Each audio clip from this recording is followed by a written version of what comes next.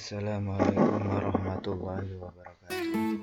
Salam sejahtera untuk semuanya. Jumpa kembali dengan pelajaran IPA. Marilah sebelum kita belajar bersama-sama, kita berdoa dulu. Yang agama Islam silahkan ikuti saya. Bismillahirrahmanirrahim.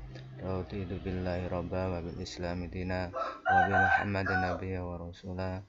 Rabbi zidna ilma wa rzuqna fahma. Amin ya rabbal alamin. Baik, mari kita lanjutkan pelajaran kita kali ini masih bab 1, subbahasan massa dan alat ukur massa. Masih ingat kemarin kita mempelajari apa itu tentang pengukuran? Untuk mengingat kembali, baik, mari kita ingat kembali apa itu pengukuran. Pengukuran adalah membandingkan sesuatu yang diukur dengan menggunakan alat ukur sebagai satuan. Kemarin kita sudah membahas besaran pokok panjang. Sekarang kita lanjutkan tentang besaran pokok massa. Apa itu massa? Massa adalah banyaknya atau jumlah zat atau materi yang terkandung dalam suatu benda. Satuan massa dalam satuan internasional, massa memiliki satuan kilogram yang disingkat dengan kg. Satuan baku yang lain diantaranya ada ton, ons, gram, dan lain sebagainya. Satuan tak baku antara lain gelas, tangan, ember, dan lain sebagainya. Contoh, massa beras 1,5 kg. Massa di sini berarti menunjukkan besaran. 1,5 menunjukkan nilai besaran, kilogram menunjukkan satuannya. Nah, ini ada beberapa satuan besaran pokok massa. Di antaranya 1 ton ini sama dengan 1000 kg atau 10 pangkat 3 kg. 1 kuintal sama dengan 100 kg sama dengan 10 pangkat 2 kg. 1 hektogram sama dengan 0,1 kg dan seterusnya. Nah, kembali kepada massa, bahwa satuan internasional massa tadi adalah kilogram. Apa itu 1 kilogram? Nah, di sini didefinisikan 1 kilogram didefinisikan sama dengan massa 1 liter air murni pada suhu 4 derajat Celcius. Contoh soal. 1. Nyatakan 2000 gram dalam A dekagram, B kilogram. Jawaban yang pertanyaan A. 2000 gram sama dengan titik-titik dekagram sama dengan 2000 dibagi 10 sama dengan 200 gram. Silahkan pertanyaan yang lainnya bisa dijadikan sebagai untuk ujian atau latihan kalian. Kita lanjut. Alat ukur massa.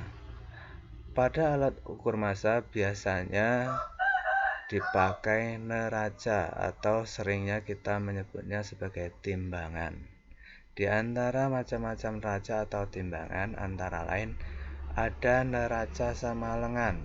Ini antara kanan dan kiri, di mana sebelah satunya dipakai untuk beban, kemudian sebelahnya dipakai tempat pemberatnya. Kemudian ada neraca Ohaus. Neraca Ohaus 3 lengan ini dikatakan di sini dapat mengukur massa sampai 2610 gram dengan ketelitian 0,1 gram. Kemudian ada lagi neraca Ohaus 4 lengan atau neraca Ohaus 311. Ini dapat mengukur sampai 310 gram dengan ketelitian 0,01 gram. Ini nampak di sini. Ini contoh nampak lengan pada neraca Ohaus, di mana posisi 1 ini lengan depan, kemudian posisi 2 tengah, posisi 3 lengan belakang. Ini bisa dilihat. Jadi lengan yang paling pendek ini lengan yang paling belakang. Oke, kita lanjut. Tiga neraca analog. Nah, neraca analog ini yang sering kita lihat di warung-warung.